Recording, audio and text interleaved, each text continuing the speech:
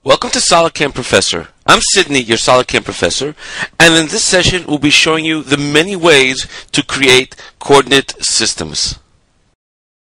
We'll start off with the simple way, as we have this part in front of us, and I'll simply go into coordinate system. Now, we have several choices how to create a coordinate system, defining it. We can either do it by selecting the face, or defining our origin and x direction and y direction, or actually selecting a coordinate system that exists from SolidWorks on the part itself, or normal to current view. We'll talk about that one at the end. Let's start off with select face. With select face, we have several options. First of all, whenever we select on a face, the Z direction will be perpendicular to that particular face that we'll be working on, that we have chosen. So for example, if I were to choose this face over here, and we have our coordinate system in the corner, where our Z represented by blue is exactly perpendicular to the face that we've chosen, and the red being the X direction and the green being the Y direction. Now, you may not want this particular corner, so we also have methods of moving it around. Now, you'll note also, the moment I've clicked on this box, a bounding box has been created around the part itself. That box is actually, if I would take a look at it at all different sides, is the exact outer measurements of the part itself from every direction that you look at it.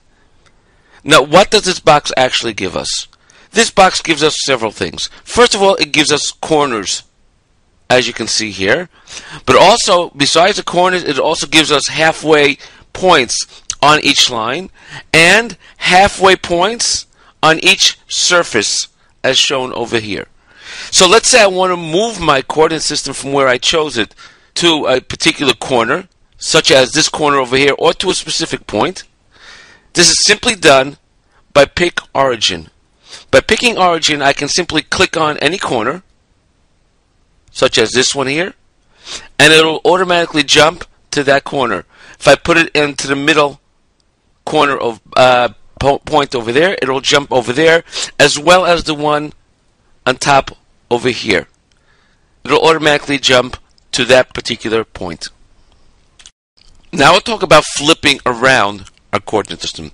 You'll note, as I said, the blue represents the Z direction, but I would like to have my Z direction actually pointing up in this particular case. So what I can do is simply flip around my x-axis. So we have here the option called flip around x. Every single time I click on this button, the coordinate system will automatically flip 90 degrees.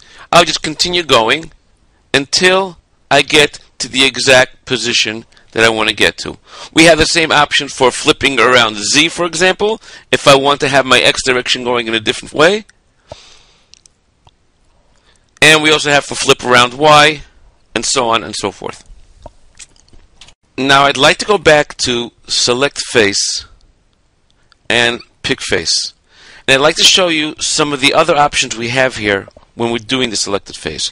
Right now, when I did it the first time, as you see over here, it automatically popped up in this particular corner over here. The reason for that is that I have a setting here, corner of model box. If I were to choose, for example, top center of model box, and then click on the face, then the home position would automatically put itself in the center of the part as shown here, in the center of that particular boundary, all the way up on top itself.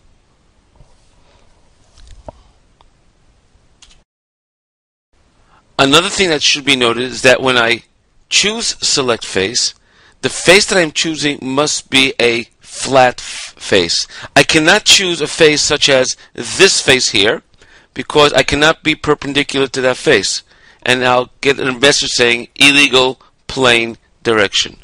So it must be a face that's straight, flat, as this face over here, or even this face here.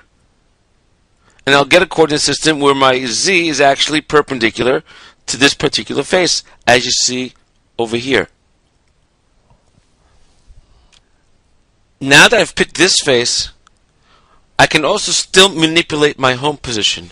I can go back to pick origin, and let's say pick this corner as my origin, and my home position will move to that particular area over there.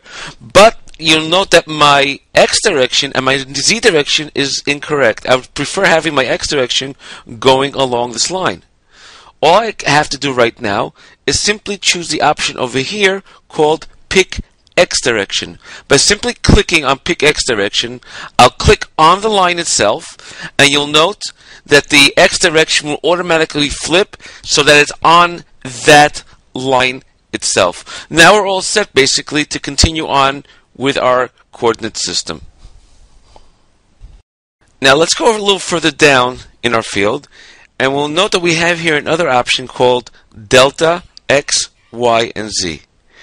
If I were to choose delta x and say move it 1 millimeter in the minus direction, you'll note, now zoom in, that my coordinate system is moving off in the negative position according to the measurement that I've chosen. I can do the same thing for my y and the same thing for my z direction as well. I can always put this back at 0, and then we're back to our original position. We also have the option of rotating around the axis.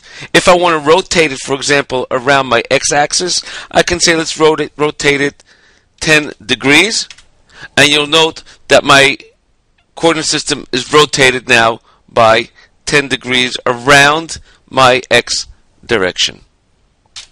Now, the moment we've actually finished choosing our coordinate system, we can simply click on our V, and we're set to continue working on our part, filling in the information as our tool start level, clearance level, and so on and so forth.